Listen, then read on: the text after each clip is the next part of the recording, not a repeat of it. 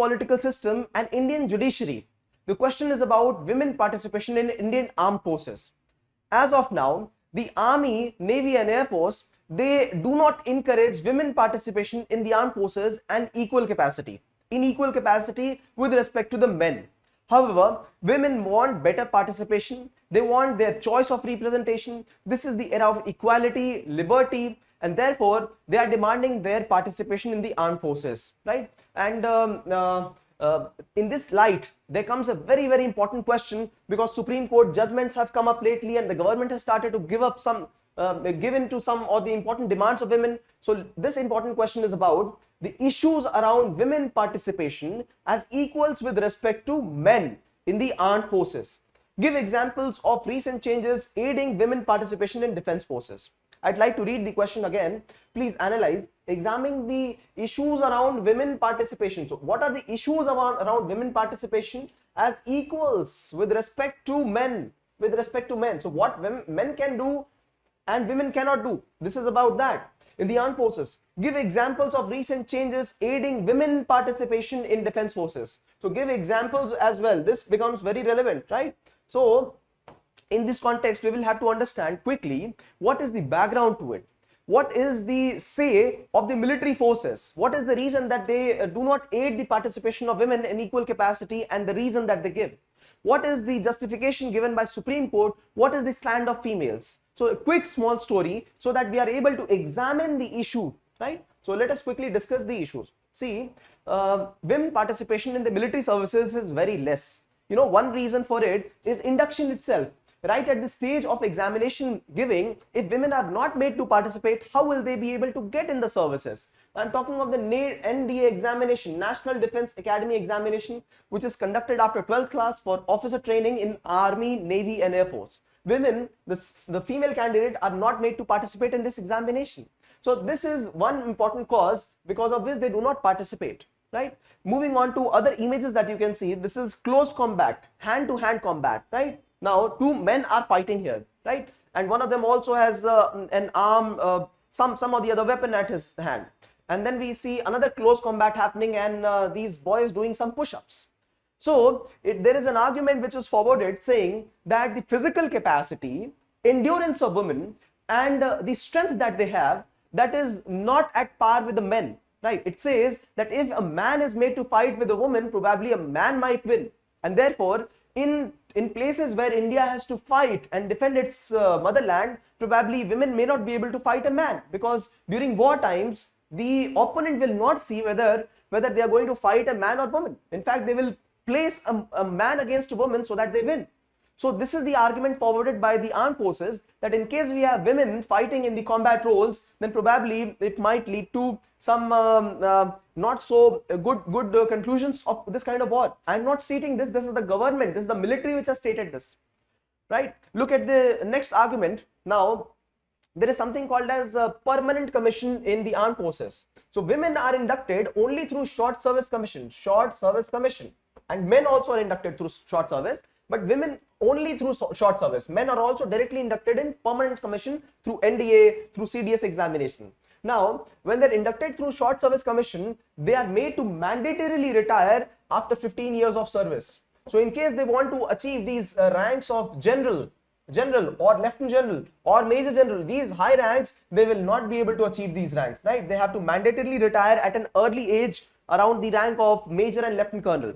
Only some few exceptional services, allied services, like the legal service in military, judicial service, or the medical corps in the armed forces, or the education course, the females are made to rise high in the ranks, but not in other regular armed forces services, right? So this is a bone of contention, right? Not only that, women are not given command positions. They are not given the leadership positions in military as well, right? What is the argument there? The argument given here is that it is very much possible that the junior men, they might not follow the orders of a senior female. Why?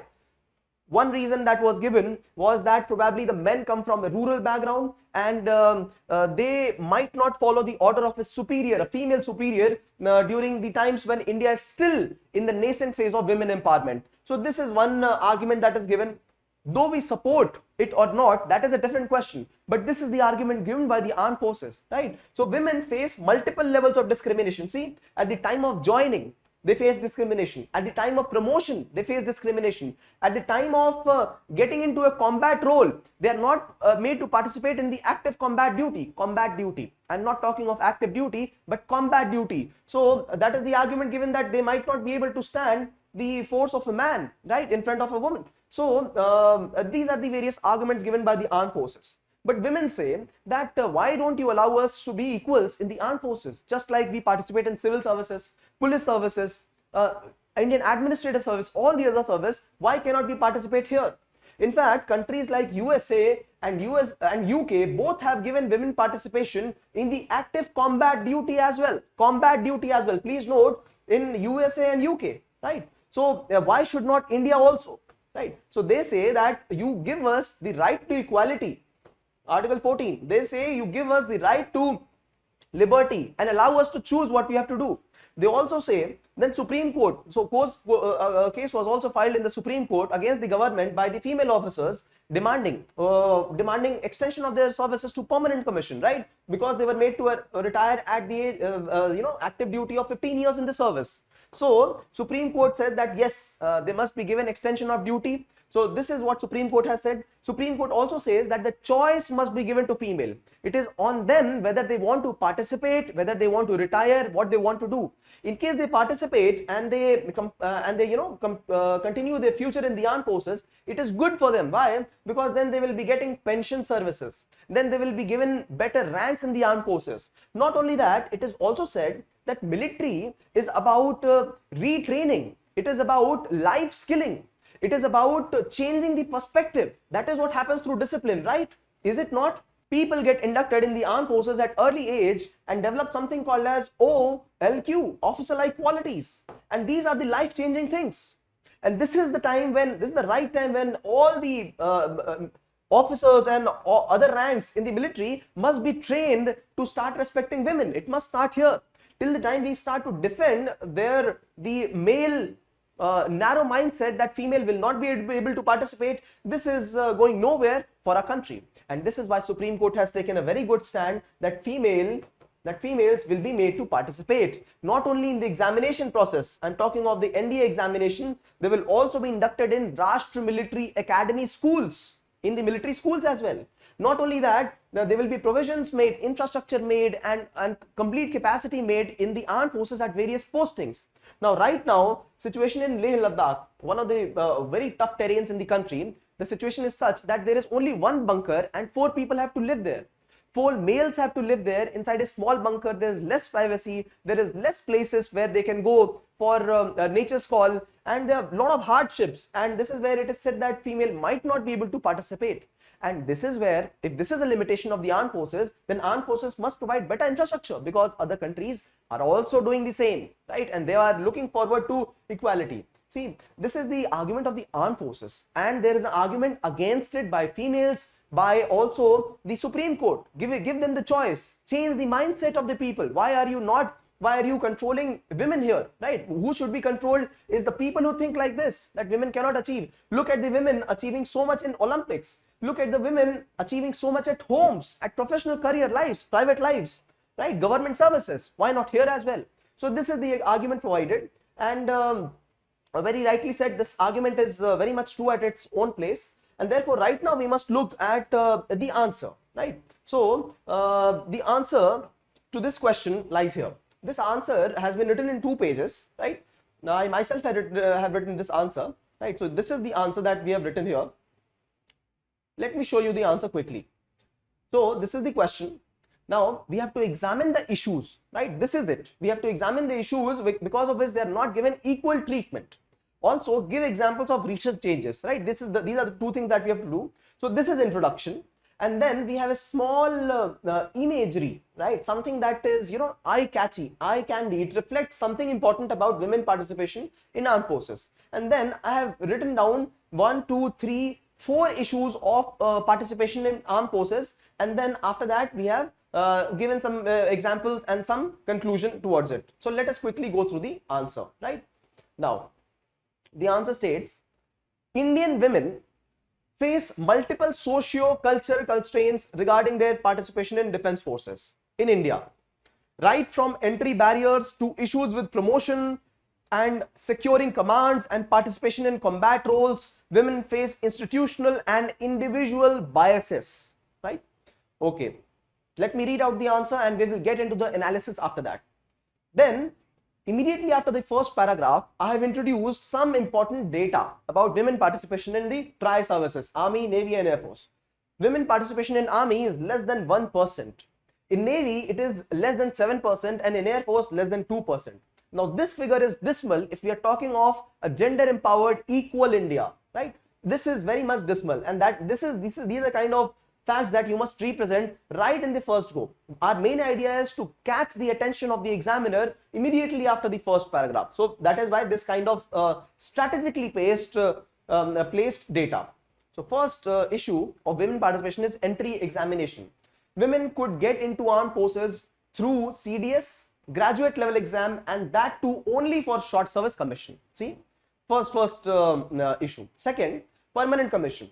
Females have gone through the bias that they had to compulsorily retire at the service of 15 years. Physical limitations, family issues, barring services like medical, judiciary, education corps. See, the argument states that the physical limitations, the female body, and then they have to take care of family. These are the issue because of which they are not given permanent commission at par with the males. So they are devoid of certain important pension benefits. Salary, what do they do after getting out of the armed forces? They have served and they have gotten skilled, but they do not do anything after that. So this is completely against the constitutional spirit. The third point is combat roles. Females wouldn't be made to participate in active combat duty considering the danger to life and biological inequality in strength with respect to male counterpart. See, with respect to strength, right? So this is the combat role. And fourth is command position. Inequality here is the government prefers giving command position to male, thinking the soldiers from rural area might not be in a position to accept orders from female superior. We have presented 4 issues in 4 different points, and all of them have been put in blocks so that the heading might be covered, might be seen by the examiner right in the first go, right? So the conclusion of this is, lately with the Supreme Court's nudge to the government has allowed NDA entry for women along with offering permanent commission as well in the armed forces. This enables women to avail freedom to participate and equality of representation in India's premier defense forces, right? So this is the end towards which we are also talking of a brighter future for females in the armed forces, right? So let us quickly understand why we have written whatever we have written at what place, right? So examine the issues, right? We have to understand what are the issues, 4 issues, right? And after that we have to give example of recent changes also, right? So one way this answer could be written was in the terms of introduction and all the 4 points: entry examination, permanent commission, combat role, command position. Very much hitting on the nail, and this is the answer. Another way this could be written is in the terms of the kind of barriers. So entry examination is one kind of barrier, right? Permanent commission is another kind of barrier. Combat role, command position. So there is something called as historical barrier, right? There is something called as sociological barrier, personal mindset barrier, right? So you can divide all these points in those terms as well, right? So combat, for example, combat roles is the biological barrier. Biological, right? Not only that, permanent commission on behalf of physical limitations can also be put as biological barrier, right? And then these are institutional barriers. Entry examination and permanent commission, these are institutional barriers by the government itself, right? Not only that, you can place command positions because it is thought that the rural India might not follow the orders of a female superior, right? So this can be put as a historical barrier as well. Mental barrier, historical barrier, cultural barrier. So these are the ways, this is alternate way in which you can also put your answer across, right? Now, the male juniors, they also look forward to somebody who can do better than them, right? And if the female is not able to do as many push-ups as them, or as many pull-ups or physical capacity, this will not lead to motivation. This is what the armed forces says, and this is where they say that it might compromise India's integrity, India's security. Not me saying, this is under quotes, the government officials saying this, right? And towards the end, we have also provided the recent changes. So Supreme Court allowing NDA entry, the government also allowing NDA entry. After that, allowing permanent commission for females. These are the two things. And then Rashtra Military Academy School, there also the entry is being allowed for females, right? So this is how you can approach a question like this. This is a sensitive question, and all you have to do is follow what the Constitution says. Constitution awards Article 14 to all the Indian citizens. Article 19, that means right to equality, right to freedom, right to life and personal liberty to all individuals. It is up to them to see if they are able to match up to the standards or they want to be in the service or not. So it is for females to decide that. It is not for the government to have an entry barrier placed, right? So you can put the answer. This is a answer in which you can put the points across immediately here, right? Or you can put those kind of barriers: sociological, mental, historical, cultural, institutional, those kind. And these kind of data will always be helpful for you to answer a question like this, right? So main idea for us is not only the content of answer, but also the presentation. So look at the way it has been underlined. Let us look at the introduction once again. Indian women face multiple socio-cultural constraints. See, summative word. It sums up the answer here. Socio-cultural constraints regarding their participation. Then the second statement says, right from the entry barrier to promotion, securing command. So this is the complete summary of the answer, right? Examiner completely knows that we have written down the answer, and here is the data also that they are facing this issue, right? And after that, I have presented all the issues, 4 issues, and after that also the recent changes made. So this is the way we can complete the answer. Now, in case this answer demands for fewer words, then we can contract this answer. In case this answer demands more words, we can also expand the answer or give extra examples at places, no, right? So one example that could be given here in the entry examination, this one itself, army, less participation. Permanent commission, one could give the example of female participation up to the rank of lieutenant colonel only, right, in army, right? And in case you want to give a brighter side example, you can also say that Air Force and Navy have inducted females in the fighting combat roles. Army has not done it, but Air Force and Navy have started to induct females in the army combat roles, right? So this is how you can complete the answer, by giving some examples in case the answer demands extra words, right? So this is how this answer gets completed. Let me tell you one more side of this. Another side of this is that the Navy SEALs itself has done some research, Navy SEALs of USA, and they say that the all-men force are more efficient than a mixed force between males and females. Now, what is this research based on? What is it about? All those things can be kept apart. But what we will talk of, we will not get into those type of controversies where we are talking of male efficiency, female efficiency. Efficiency, as the court has said, will be left to the individual, right? If they are able to participate, it is great. It is also on physical capacity of male also, no, right? To be able to participate effectively or not. So that choice must be given to them. But the job of the government, the job of authority is to enable their participation. It is very much possible that a female does far better than I do in running, far better than in shooting or aiming at something than I do, right? So therefore, this potential and this right should be theirs. This is the stand that we have to take. We do not have to get into controversies of who is better, who is not, right? We have to take it in a neutral manner, and we have to deal both the side of the story, right? What the armed forces says, what the females say, what the government says, and what the Supreme Court says, and how should the conclusion be like. Our conclusion should be based on the principles of the Constitution, right? So do not get deflected in case a very technical or a question which tries to, ensure that you might get trapped. Don't get trapped on those type of things. Look at it from the perspective of the Constitution. So this is where we complete this answer, and we have dissected the answer completely.